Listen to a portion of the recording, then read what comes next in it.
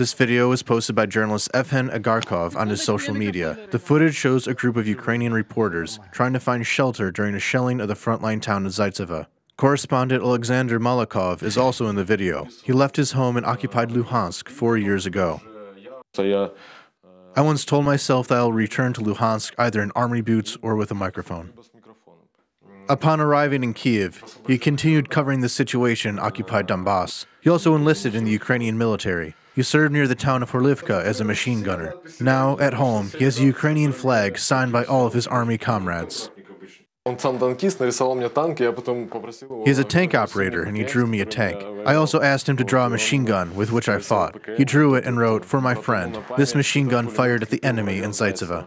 His call sign on the front line was "The Journalist." After finishing his military service, Sergeant Malakov continued his work as a reporter. At home, he always keeps a bulletproof vest and a first aid kit at the ready. He says that he is prepared to go and defend Ukraine again at any moment. If they call me tomorrow and say that I have to go, I'm ready to leave even now.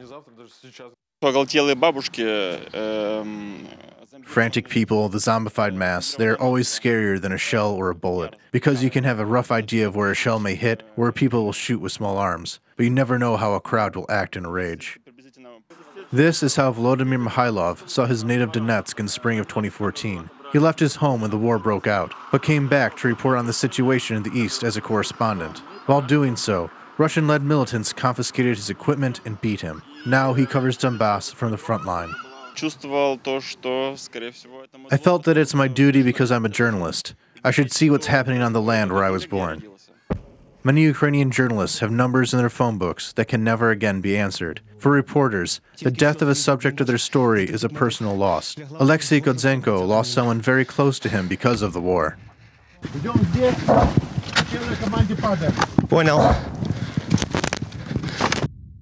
The soldier in the video is Alexei's father. Dmitri's call sign was Godzilla. Journalists say he never refused anybody in need of aid.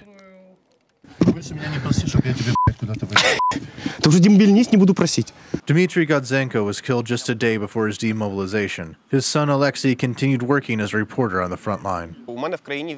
There's a war in my country. I'm not a soldier, I'm a journalist, but I have to help my country in such a hard time. My reports, articles, and photos are the best I can do. After my father died, I realized that I cannot stop. I must continue the work for which he gave his life, as did thousands of Ukrainian soldiers.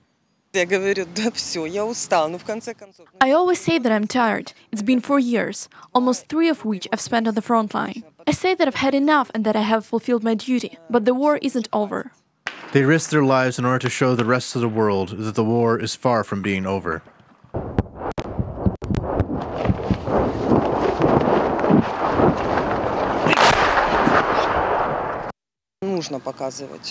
We must show it to people, so that they don't forget. It's important for the international community. When our politicians go abroad and show footage of a shelling of Avdiivka, no one can say that we made it up.